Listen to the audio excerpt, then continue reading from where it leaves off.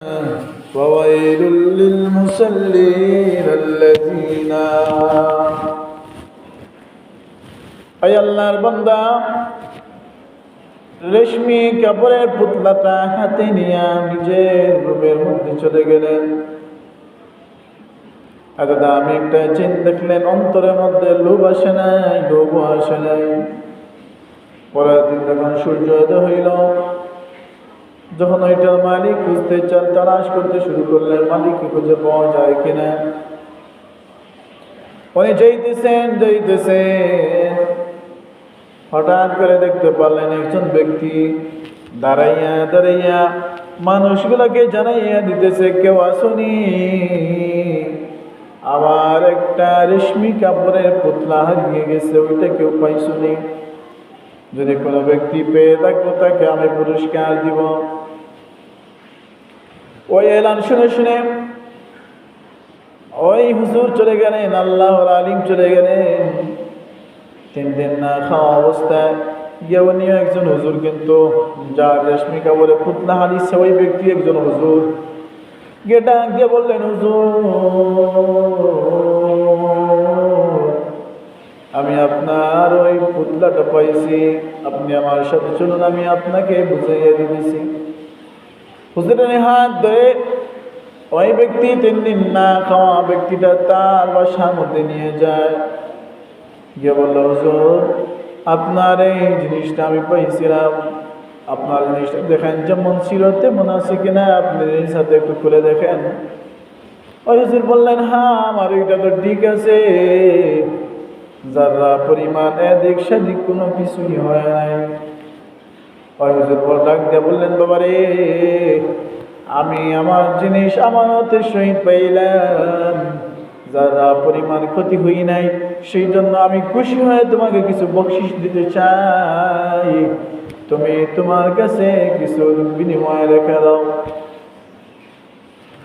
ওই 3 দিন না খাওয়া ব্যক্তি ডাক দিয়ে বলল, না আমার বিনিময়ে কোনো কিছুই চাই না, আমি যা করলাম শুধুমাত্র আল্লাহ রাব্বুল আলামিনকে খুশি করার জন্য করলাম।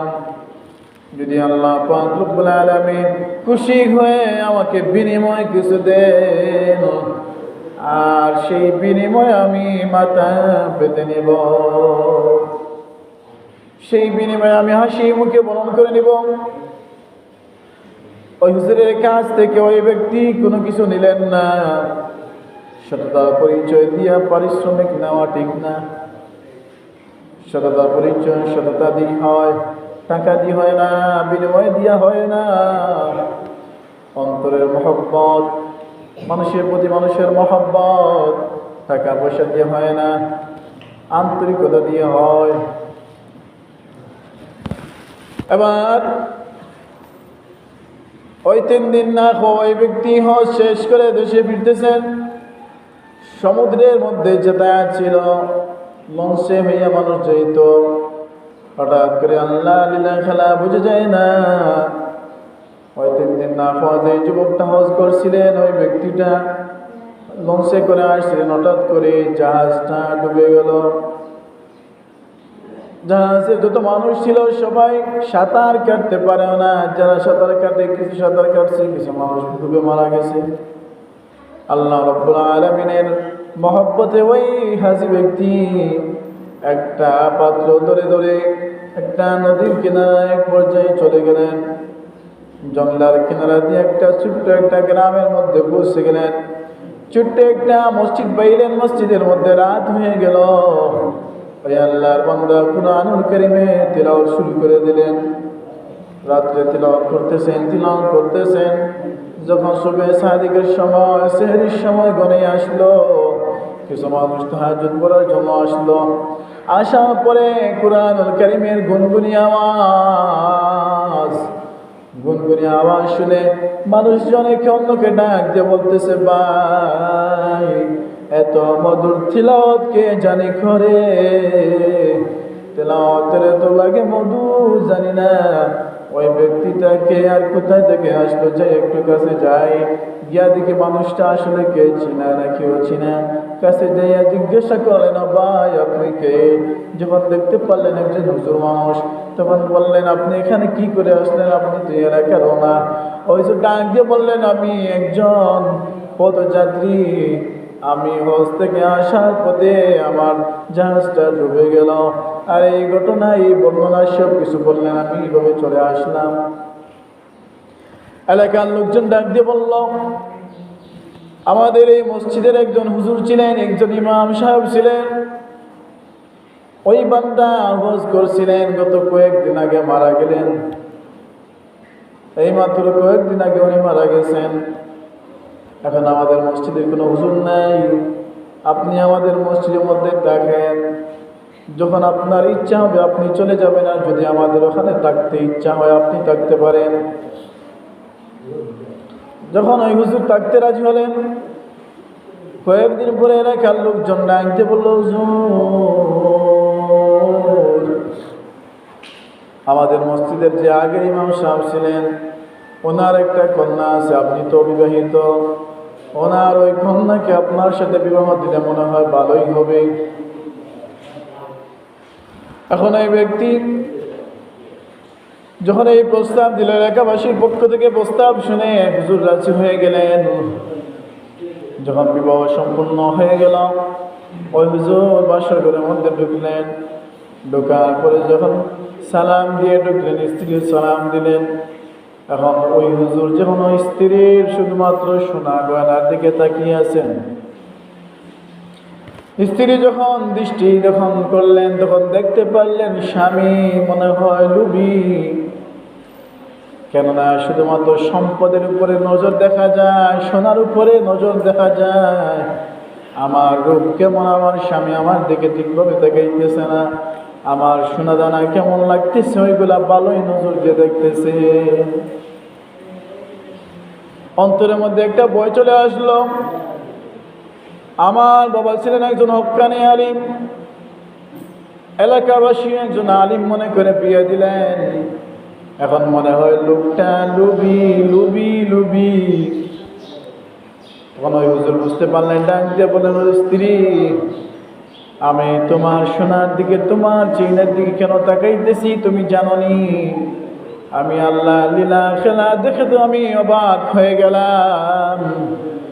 তুমি হয়তো দেখে ভাবতেছ আমি মনে হয় লোভী, তোমার রূপ না দেখে তোমার গহনা কেন দেখতেছি। তুমি জানো না কেন তাকাই?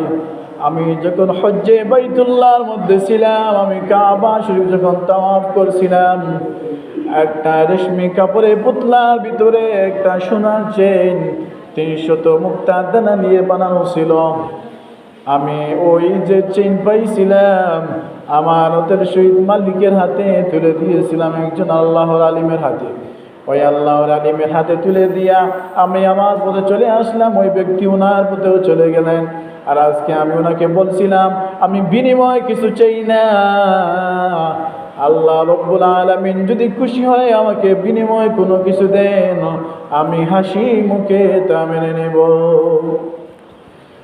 আজকে আমার মনে হয় আল্লাহ রাব্বুল আলামিন সেই দিনের বিনিময়ে আজকেই দিলেন সেই চেইন, সে 300 মুক্তার দ্বারা দিয়ে সাজানো সোনার চেইনটা দেখা যায় ও স্ত্রী তোমার গলার পরিধানে আছে।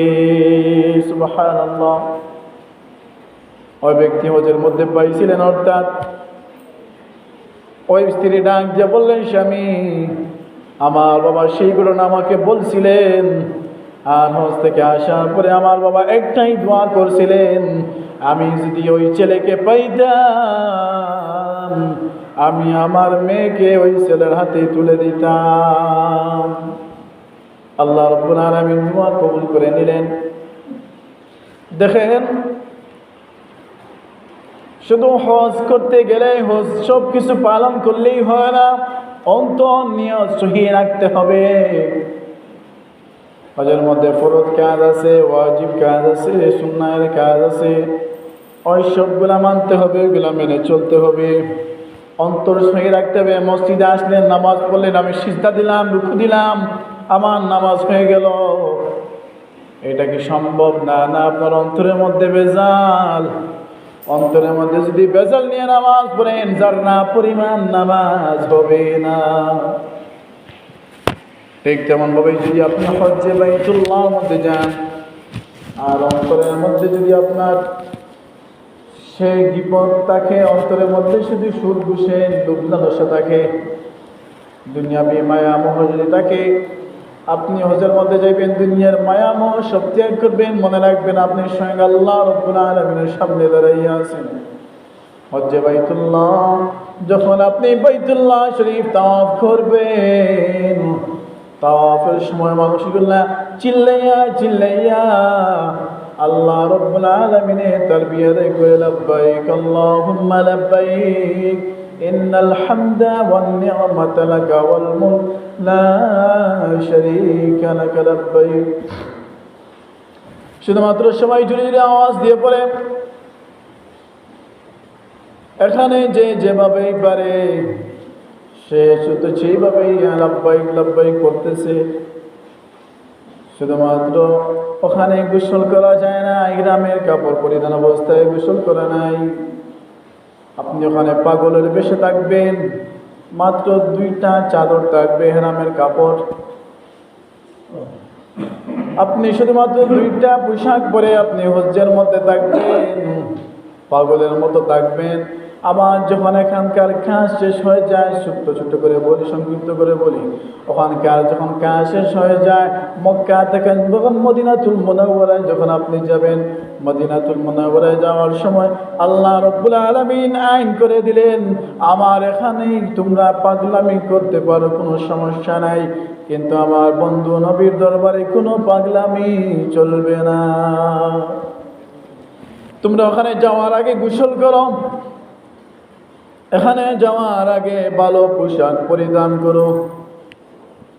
আমার এখানে তোমরা যে যেভাবে পারছো জুড়ে জুড়ে লাব্বাইক করছো, কোনো বাধা নাই, কিন্তু আমার হাবিবের ওখানে যাইবা, জুড়ে জুড়ে আওয়াজ যদি করো তোমার হজ বাতিল হয়ে যাবে। এখানে আওয়াজ করতে হলে আওয়াজ নিম্নভাবে করতে হবে। আপনি যা কিছু দুরূদ পড়বেন মনে মনে পড়তে হবে। একদিন হযরত ওমর রাদিয়াল্লাহু তাআলা আনহুমা, অনেক সাহাবী ছিলেন, ওমর রাদিয়াল্লাহু তাআলা আনহু ছিলেন, আল্লাহ রাসূল সাল্লাল্লাহু আলাইহি ওয়াসাল্লাম খুতবা পড়তেছেন। হঠাৎ করে ওমর রাদিয়াল্লাহু তাআলা আনহুমা আওয়াজ করে একটা প্রশ্ন করলেন। সঙ্গে সঙ্গে জিবরাইল আলাইহিস সালাতু ওয়াস সালাম আল্লাহ রাসূল সাল্লাল্লাহু আলাইহি ওয়াসাল্লামের দরবারে আসি ডাক দিয়ে বললেন, ইয়া রাসূলুল্লাহ, ইয়া হাবিবাল্লাহ, আল্লাহ রাব্বুল আলামিন একটা আয়াত নাযিল করে দিলেন। কি আয়াত? আল্লাহ রাব্বুল আলামিন নাযিল করে দিলেন, ইয়া আইয়ুহাল্লাযীনা আমানু লা তারফাউ আসওয়াতাকুম ফাওকা সাওতিন নবী। হে দুনিয়ার মুমিনেরা, তোমাদের কণ্ঠস্বর আমার রাসূল সাল্লাল্লাহু আলাইহি ওয়াসাল্লামের কণ্ঠস্বর থেকে যেন উচ্চ না হয়। রাসূল সাল্লাল্লাহু আলাইহি ওয়াসাল্লামের যতটুকু আওয়াজ, তার থেকে তোমাদের আওয়াজ নিচু রাখতে হবে। আর ওমর রাদিয়াল্লাহু তাআলা আনহু আওয়াজ একটু উঁচু হয়েছিল, সেই জন্য আল্লাহ পাক রব্বুল আলামিন আয়াত নাযিল করে দিলেন, যেখানে রাসূলুল্লাহ দরবারে জোরে আওয়াজ করা বেয়াদবি, এখানে জোরে আওয়াজ করতে পারবা না। এখনো মদিনাতুল মুনাওয়ারা গেটের মধ্যে লেখা আছে জোরে আওয়াজ করা নিষেধ, এখানে জোরে আওয়াজ করা যায় না। দুরূদ পড়েন, মনে মনে পড়েন, আওয়াজ করলে চলবে না। রাসূলুল্লাহ দরবারের শান ও মানে বেয়াদবি হবে। আপনার আওয়াজ নিম্ন রাখেন। মনে করেন এখানে যদি একটা বিচার বসানো হয়, যিনি মাতব্বর বসে থাকেন, মাতব্বরের কথার উপরে বা তার থেকে বেশি জোরে জোরে যদি কেউ কথা বলে, তাহলে বলি লোকটা অনেক বেয়াদব। যেমন আমরা সামাজিকভাবে এরকম বলি, তো দেখেন উনি খেয়ে, যার জন্য আসমান জমিন সৃষ্টি, যার জন্য আপনি আমি সৃষ্টি, ওনার দরবারে যাওয়ার পরে যদি আমরা জোরে আওয়াজ করি, তার থেকে বড় বেয়াদবি আর কি হতে পারে? অতএব যা পাগলামি করা তোমরা এখানেই করো, আমার এখানে করো, কিন্তু আমার বন্ধুর এখানে কোনো পাগলামি চলবে না।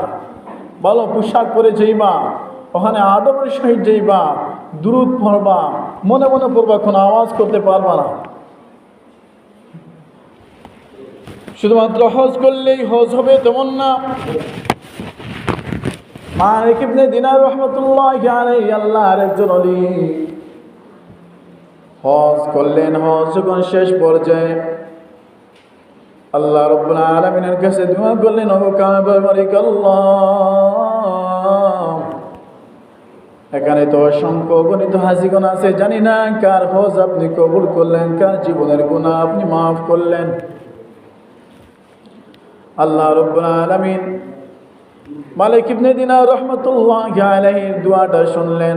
যখন রাত্রিবেলা ঘুমিয়ে পড়লেন, স্বপ্নের মধ্যে দেখতে পারলেন আল্লাহ রাব্বুল আলামিন তার দুয়ার সেই প্রশ্নের জবাব দিতে আসছেন। ডাক দিয়ে বললেন, মালিক রে শোনো, এখানে যত মানুষ হজ করতে আসলো সকলের হজ আমি কবুল করলাম, সকলের গুনাহ মাফ করলাম, কিন্তু একজন ব্যক্তি ব্যতীত। এটা বলে আল্লাহ রাব্বুল আলামিন মালিক দিনার রাহমাতুল্লাহি আলাইহি ঘুম জাগিয়ে দিলেন। ঘুম থেকে উঠে গেলেন, চিন্তিত হয়ে গেলেন যে ওই ব্যক্তিটা আসলে কে, হয়তো আমিই তো হইতে পারি। আপনি আমি একটু ভালো কাজ করলে মনে করি কি, হ্যাঁ হ্যাঁ আমার থেকে তো আর ভালো মানুষ আর কেউ নাই, আমি তো সব থেকেই ভালো মানুষ। কিন্তু মালিক ইবনে দিনার রাহমাতুল্লাহি আলাইহি কত বড় আল্লাহর ওলি ছিলেন, যখন এটা শুনতে পারলেন যে একজন ব্যক্তির গুনাহ মাফ হয় নাই, হজ কবুল হয় নাই, উনি চিন্তিত হয়ে পড়লেন সেই ব্যক্তিটা কি আমি? উনাদের মধ্যে কোনো বরত্ব নাই, অহংকার নাই। মালিক ইবনে দিনার রাহমাতুল্লাহি আলাইহি সারাদিন চিন্তিত ছিলেন। আবার বাইতুল্লাহর মধ্যে যাইয়া দোয়া করলেন, ওগো মালিক আল্লাহ, আমি জানি না আমার হজ কবুল হইল কিনা, আমি জানি না আমার গুনাহ মাফি হইল কিনা, কিন্তু আমি আপনার কাছে অনুরোধ করলাম যত হাজিগণ আসলেন সবাইকে আপনি মাফ করে দেন, সঙ্গে আমি মালিকরা আপনি মাফ করে দেন। দোয়া যখন করলেন, যখন রাত্রিবেলা ঘুমিয়ে পড়লেন, আবার একই স্বপ্ন, সকলের গুনাহ মাফি হয়ে গেল, সকলের হজ কবুল হয়ে গেল, একজন ব্যক্তির হজ হয় নাই, গুনাহ মাফ হয় নাই। মালিক ইবনে দিনার রাহমাতুল্লাহি আলাইহি ডাক দিয়ে বললেন, ওই ব্যক্তিটাকে? আল্লাহ রাব্বুল আলামিন জবাব দিয়ে বললেন, রে মালিক শোনো, যার নাম হলো মাহমুদ ইবনে হারিস, মাহমুদ ইবনে হারুন। তখন ওই ব্যক্তির নাম যখন তালাশ করলেন, পরের দিন তালাশ করতে করতে মানুষকে জিজ্ঞেসেন ওই নামে কোনো ব্যক্তি আছে কিনা। সবাই বলল, হ্যাঁ একজন ব্যক্তি আছে, সে প্রতিটি বছর হজ করে, আর আমাদের জানা মতো এই বছর নিয়ে 40 বছর সে ধারাবাহিকভাবে হজ পালন করে।